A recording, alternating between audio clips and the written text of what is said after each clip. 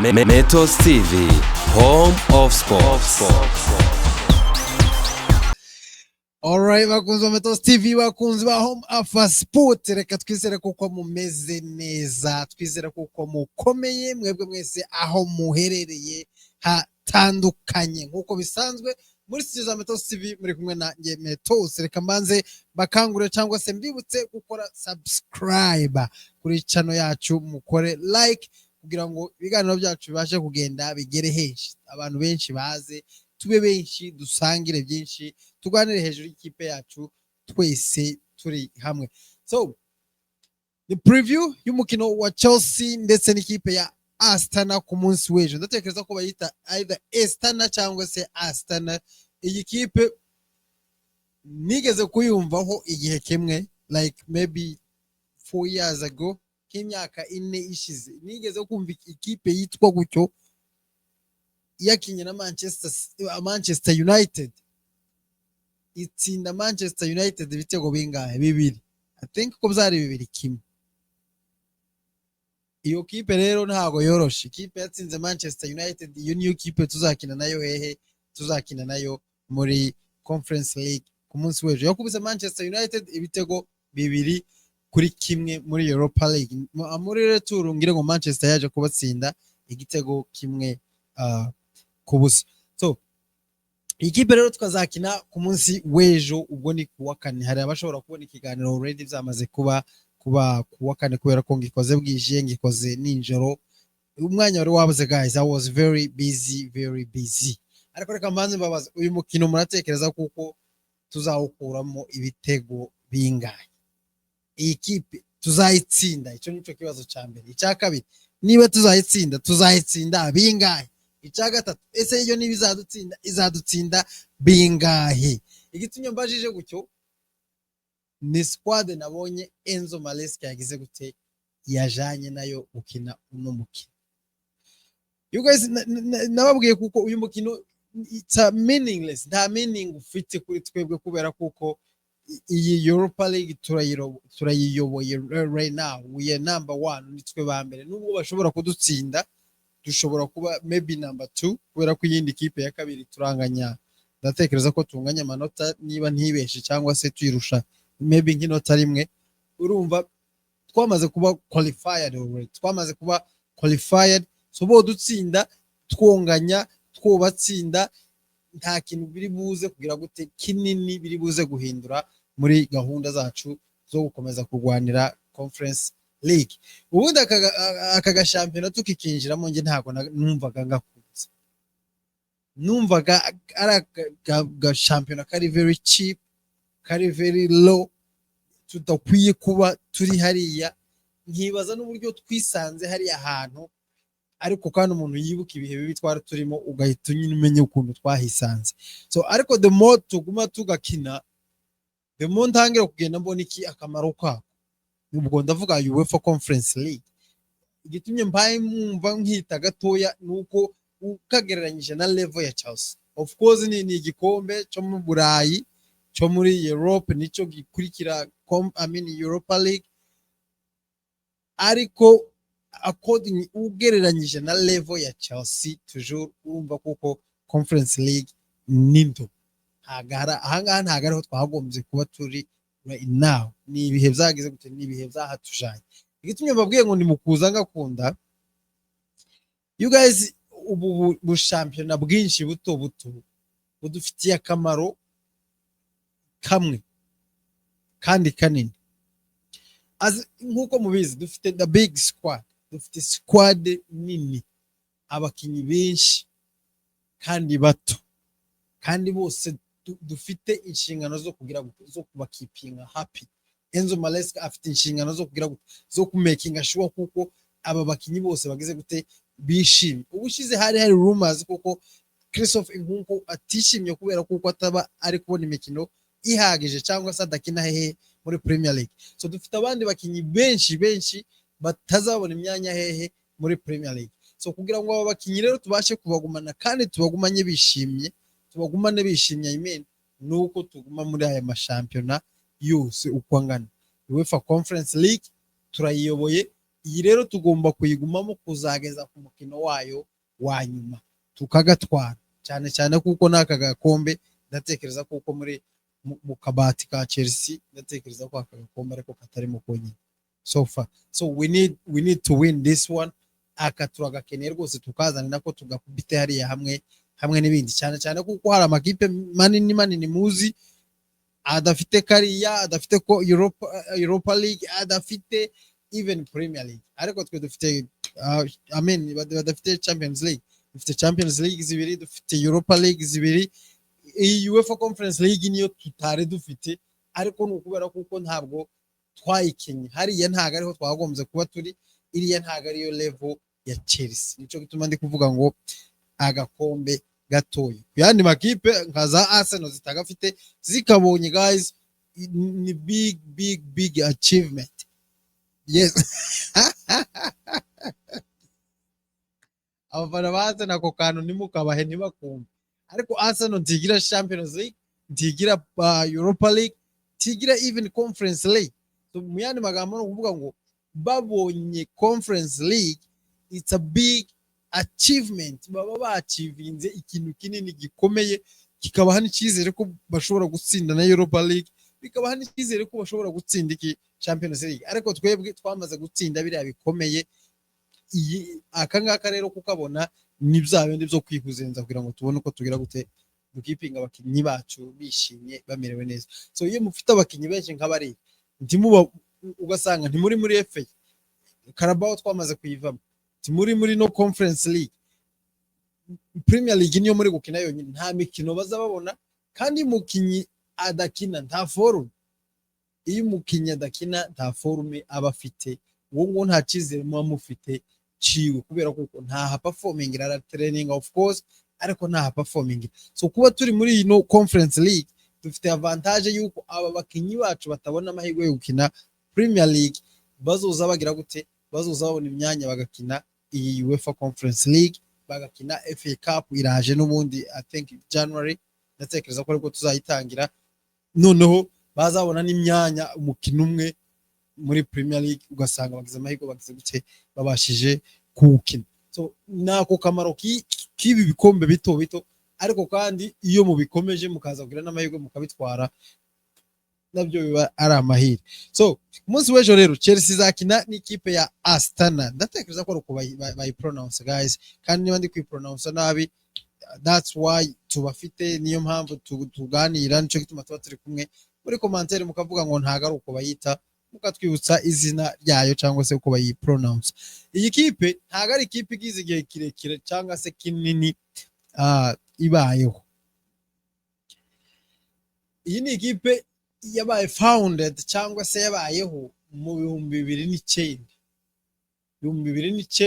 kugeza ubu nyine ni ikipe ifite imyaka 15, ndatekereza imyaka 15 ibayeho. Abantu bavutse mu 2009 ubu nyine baracari under age. Iyo niyo kipe rero tugiye gukina nayo, ariko kandi urebye muri shampiyona yabo bakina, abangaba bakina muri shampiyona ya hitwa Kazakhstan. Yes, bakina muri shampiyona ya Kazakhstan. Yes, shampiyona ya Kazakhstan bamaze gukinamo imikino 24, imikino 24 bakinye muri shampiyona yabo, batsinzemo imikino 14. You guys urumva ko abakinyi ari ikipe ihagaze neza muri shampiyona yabo, nubwo ari shampiyona itazwi cyane cyangwa se idakomeye, ariko urumva ko iyi ni ikipe igize gute, ikipe iyoboye, ni ikipe ya kabiri muri shampiyona. Ikipe ya kabiri muri shampiyona ifite amanota 46 muri Premier League yabo, noneho ikaba iya mbere ifite 47, iyi ngiyi ikagira 46, basiganwe umunota rumwe rwonyine gusa. Mu mikino 24 bamaze gukina, abangaba batsinzemo imikino 14, banganyijemo imikino 4, batsinzwemo imikino 6 yonyine gusa. Aho ni muri shampiyona yabo. Aho ngaho ni ikipe wumva ko ihagaze neza iwabo, ifite forme imeze neza. Ariko waje muri Premier League, waje muri Conference League, igahita izana performance cyangwa se record zitandukanye nizo ifite hehe muri shampiyona y'iwabo. so muri UEFA Conference League bamaze gukina imikino ine, muri iyo mikino ine batsinzemo rimwe gusa, banganyije irindi rimwe, batsinzwe kabiri. Ni ukuvuga mu mikino ine batsinzwemo imikino ibiri, bafite amanota angahe? Amanota 4, bari ku mwanya wa 23. Iyo niyo kipe tugiye gukina nayo ku munsi w'ejo. Ikibazo ni ese ikipe tuzayitsinda, ikipe izadutsinda, bimeze bite? You guys, ntago nshaka gutwara umwanya munini, nta nubwo nshaka kuyivugaho ibintu byinshi, kubera kuko nasanze nta n'ibintu byinshi mfite zo kuvugwaho. Enzo Maresca yakoze rotation nk'uko bisanzwe. Dufite umukino muri weekend na Brentford, Stamford Bridge, ubwo ni ku cyumweru. So yanze kuriska abakinnyi. Icyambere ni kure, ibirometeri 8,000 I guess, no 9,000 kugenda no kugaruka, uvuye Londres uja muri iki gihugu ca Kazakhstan, ibirometeri 9 kugenda no kugaruka. Ubwo ni nk'ibirometeri 9,000, ubwo ni nk'ibihumbi 4,500 kugenda, 4,500 kugira gute kugaruka. Urumva kuko n'urugenzi rutari rugufi, ku bantu bafite umukino hehe, bafite umukino muri weekend. Ubwiyo mpamvu rero Enzo Maresca ntago yajanye abakinyi guys, abakinyi hafi ya bose barya tuzi ntago ba traveling. Reka ze mbaheze squad yani. Enzo Maresca ikindi kandi hari freezing, hari imbeho, klima yaho cyangwa se weather ukuntu imeze right now, bari muri -21. -21 ubukonje bwabo buri muri -21. Uvuga ngo ejo Chelsea bazakinira ahantu hari ubukonje buri minus.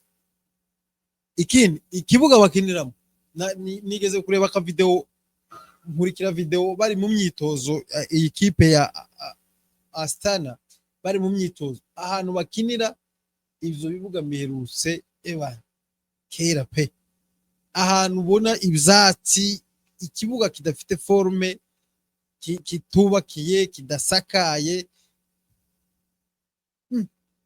Ndibaza ati ahantu niho tugiye gukinira. So ubwo mita numva impamvu Enzo Maresca atabashije gutwara abakinyi b'ikipe ya Chelsea. So Enzo Maresca yavuze ko muri team news, yavuze kuko uwo bita Modric akirwaye, muribuka ko amaze kumisinga 2 games kubera kuko coach yavuze ko arwaye.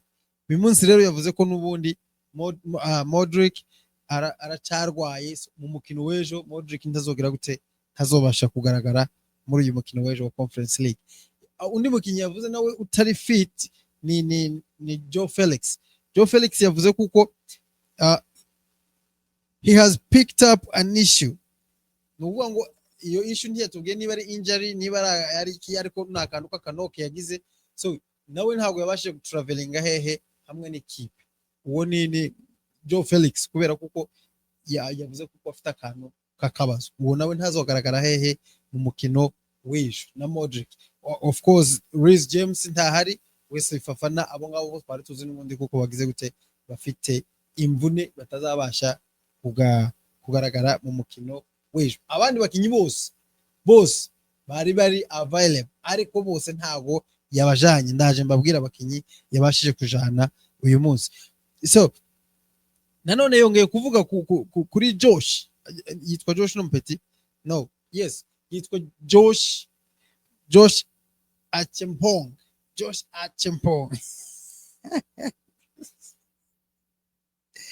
So uzi kuno uyu mutipe yari yavuye muri squad kubera ibibazo bya contract.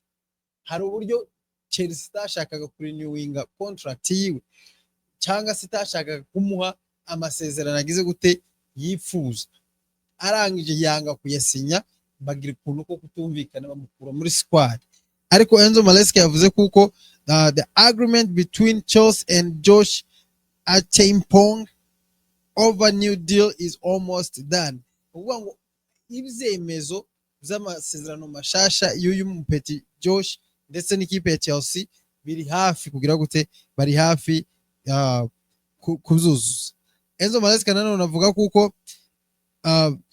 Maleska confirmed the club loves Josh. I love Josh. We are almost there for his new deal.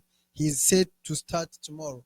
So aravuga ngo ikipe ikunda uyu mupeti Josh ndetse na Maleska ubwiwe wenyine akunda uyu mupeti Josh. Hari amakuru avuga ko amarumazi yavugaga kuko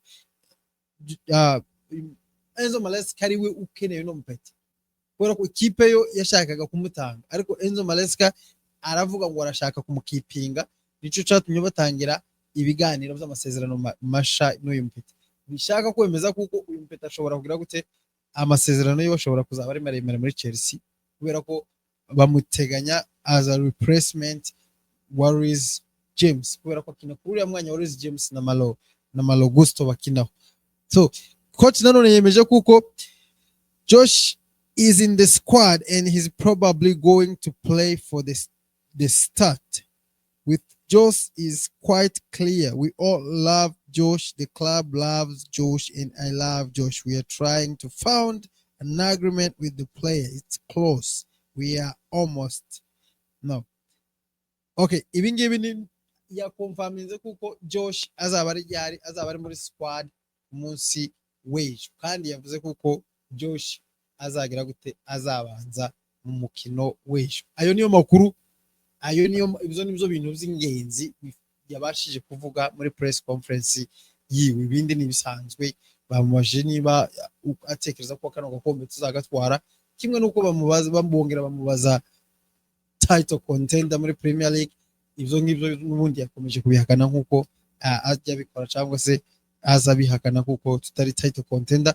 Naba ngaba niki gikombe cya Conference League yavuze kuko agenda ategura umukino ku wundi, so ntazi uko bizahapeninga mu minsi iri imbere. Ariko amakuru yavuzeho n'uyu Josh Chimpong na Joe Felix ndetse na Modric batahari barwaye. Squad rero ya Chelsea yabashije kugenda. You guys, umunsi w'ejo rwose muzambabarira ntimukamisinge kureba uno mukino. Uyu mukino w'ejo njyewe nababwira ngo nubwo dushobora gutsinda, uyu mukino nta kintu meanings, nta n'icyo uvuze. Ntago ari ugusuzugura ikipe tuzakina nayo, no, si ugusuzugura ikipe tuzakina nayo, ahubwo nuko amanota twamaze gucollecting amanota ahagije yo kugira gute twabaye qualified. So kuriskinga abakinyi rero, gufata abakinyi bacu babanzamo muri Premier League mukabajana mu kibuga kimeze gityo, mukabajana muri weather imeze gutyo, bagatraveling urugenzi ruresha gutyo, bafite game on Sunday. So this is kuriskinga kumvune, ikindi kandi no kuriskinga kulosing iki amanota muri weekend yacu itaha. Bivuga ngo we can either byiza nuko twolosing amanota kuno mukino wa Conference League, ariko tukafata amanota yacu muri Premier League kubera iyi ngiyi ni tulosinga nothing, ntago tuzavamo aho tuzakomeza turi abambere cyangwa tube abakabiri. Ariko Premier League aha niho dukeneye imbaraga, aha niho dukeneye ubushobozi, aha niho dukeneye amanota ngahe, amanota atatu. So umva rero squad Enzo Maleska yagize gute, squad Enzo Maleska yajaye. Umukino w'ejo uraryoshe guys, umukino w'ejo uraryoshe kandi I have a confidence, mfite confidence kuko umukino w'ejo tuzagira gute tuzawutsinda. Mwizamu Philip Jorgensen, abanyezamu yajanye abanyezamu batatu, umwe ni Philip Jorgensen, uwundi bamwita Lucas Bagastom, uyu nguyu ntago tumuzi, Bagastrom, n'uwundi witwa Max Merrick. Aba ni abapeti bo muri academy Enzo Maleska yagize gute yazamuye. Ni ukuvuga ngo Jorgensen ashobora kubanza mwizamu cyangwa akabanza hanze, ariko niwe Sanchez ntago yabashe gutravelinga hehe, ntago yabashe gutravelinga n'ikipe. Jorgensen ni uzaburiho kandi nifuza kuko yabanza mu Jorgensen kubera kuko nubwo abanota dakenewe cyane, ariko Jorgensen nawe akeneye imikino. So Jorgensen, Lucas ndetse na Max Merrick, iyo niyo squad yabashije kugira gutravelinga n'ikipe ya Enzo Maleska. Abanyezamu defenders bo n'ubundi ntago yahinduye, yazanye bari basanzwe bakina UEFA Conference League. yazanye Axel Disasi, yazanye Tonsin Adarabioy, yazanye Renato Vega ndetse na Josh, uyu nari maze kuvuga Josh Achimpong, ndetse yongeramo n'abandi bana ba academy. N'uyu Josh ni umunya academy n'ubundi, yongeramo abandi bana bo muri academy, ashiramo uwo bita Harrison, ashiramo uwo bita Mare Kembo, ashiramo uwo bita Richard Olise ndetse na Wilson. Iyo niyo abo nibo bari gukina hehe muri defense. Ariko defense yo urumva ko byanga byakunda izaba ihagaze neza, kubera ko ndatekereza ko azoshiramo uyu mpeti nyine Josh twari tumaze kuvuga, agashiramo na Axel Disasi na Tonsin, ndetse agashiramo na Renato Vega ku ruhande rw'ibumoso. Ndatekereza ko ari ukwizo bihagaze. Muri midfield yazanye Chukwemeka, Dewsbury Wall, azana undi mwana ngo ni Kiano Dea, Sam Rang Sak, uyu ndagira ni umuchinese azana n'undi ngo ni Harvey Valley. Abo bose ni abapeti bo muri academy Enzo Maresca yazamuye, kandi nabo mbibutse ntago ari bo babanzamo muri academy, kubera ko academy ya Chelsea ifite umugino wa FA Cup kuwa gatanu, bafite FA Cup game kuwa gatanu. So first 11 yabo yasigaye ntago yagiye, aba yajanye nta nubwo ari abastata muri academy, nta nubwo ari abastata, kubera ko academy ifite game ya FA, ntago bashobora gutanga abakinyi bafite game. So urumva kuko ahangaha uyu mugino tugomba kuwureba, ahangaha tugomba kubona itala, tugomba kubona izi mpano, tukareba izo zigize kugira gute, ibyo zigiye kutugaragariza. Forward, ubusatirizi bwa Chelsea. Ubusatirizi bwa Chelsea yazanye uwo bita Pedro Neto. Impamvu yazanye Pedro Neto guys, nimba kubatabizi, Pedro Neto yapikinze yellow card mu mukino wa Tottenham. So yeneje ari suspended muri next week. He is suspended, ntago azakina umukino wacu wa Brentford next week. Niyo mpamvu yamujanye, ariko yaje kuba azokina ntago yari kuba ya traveling, kubera ko ari suspended. Rero coach yamujanye, niwe natekereza ko ari we uzaba uyoboye iki gikusi.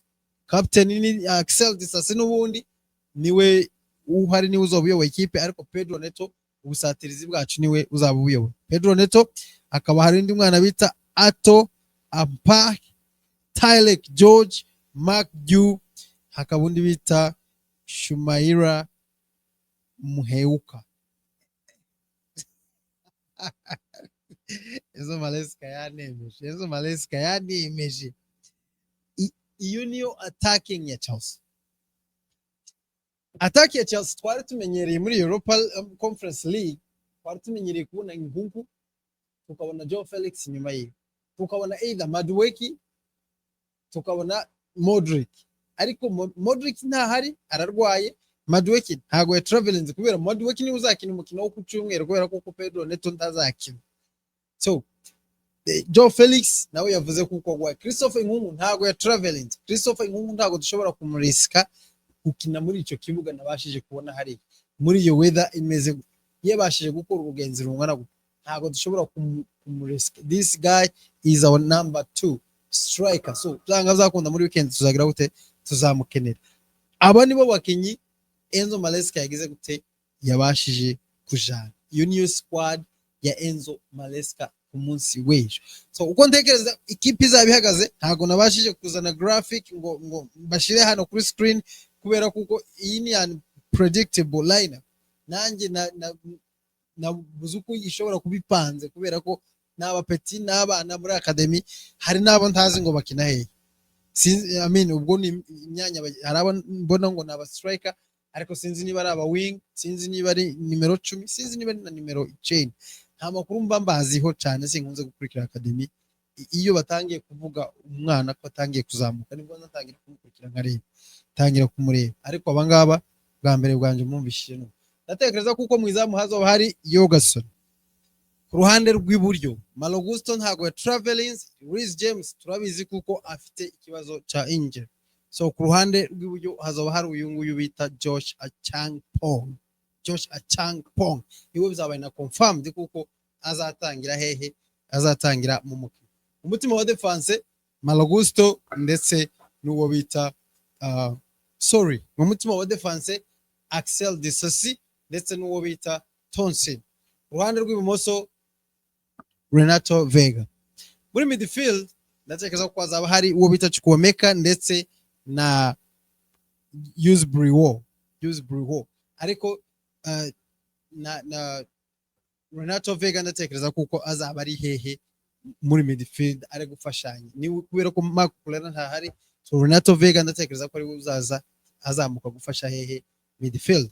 So ku ruhande rw'iburyo Pedro Neto, ku ruhande rw'ibumoso Tyler George,